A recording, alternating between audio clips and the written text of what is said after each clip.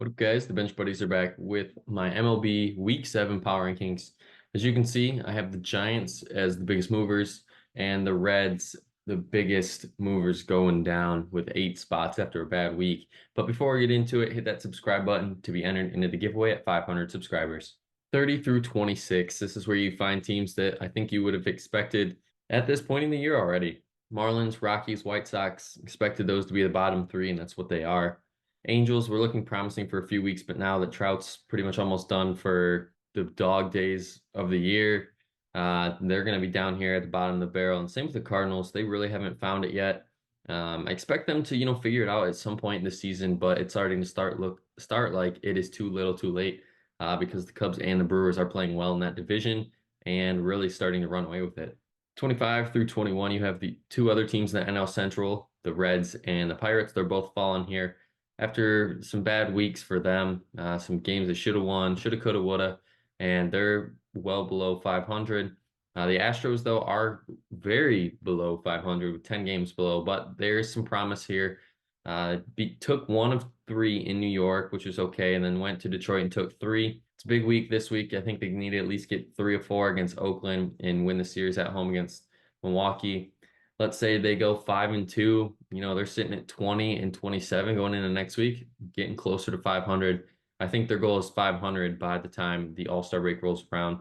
But Oakland is a team I think to watch out for as well. Last week, bad weeks. That means this week they are due for a good week because they are very hit or miss on a week-to-week basis.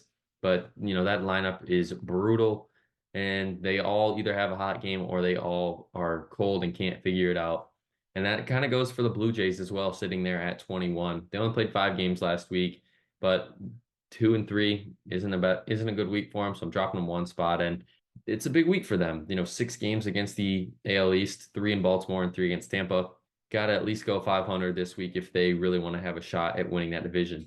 20 through 16. Now I think the Diamondbacks, they're starting to piece it together here. They just need to get some pitching, reliable pitching, as they move up 4 spots. The Mets and the Nationals stay where they were last week. Nationals only playing 5 games.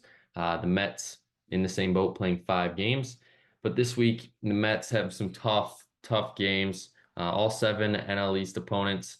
And the Phillies, 2 at home, 2 in Philly, and then 3 on the road in Miami. The Mets, we need to start figuring that out.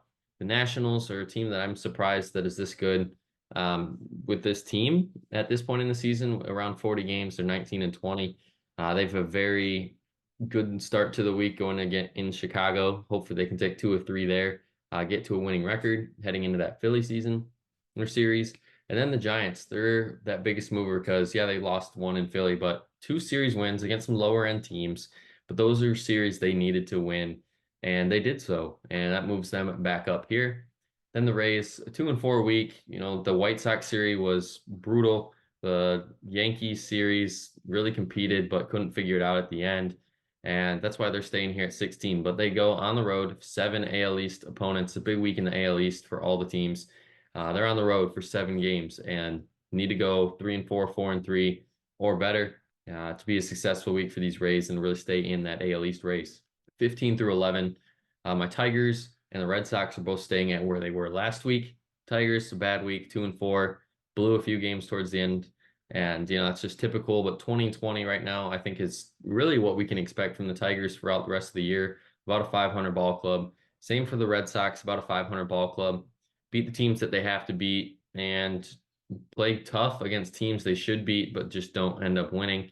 That's just what's happened so far for those Red Sox. That Tampa series will be a big series for both of those teams. Texas falling out of the top 10 because, they had a great start to the week going 3 and 1 against Oakland on the road. And then you go to Colorado and get swept.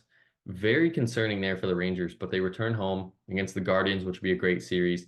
Then the Angels, which they should take 3 of them, get the sweep and possibly stay over 500. Padres at 12, nothing really to say there, except the Dodgers. They just can't beat the Dodgers, can't figure them out. And they go into Atlanta this weekend, which will be a good series. Then the Mariners dropping out of the top 10 as well after going 1 and 3 against Minnesota on the road. But they rebounded nice at home against Oakland. And they have 6 tough games this week, the Royals and the Orioles, 2 teams that are very high up there and are playing some great baseball right now. 10 through 6, and yeah, I know you're looking at that right. Three AL Central teams at 6, 7, and 8, and I don't think anybody could have predicted this. Heck, this is the whole Central Division. You have the NL side and the Brewers and the Cubs at 9 and 10.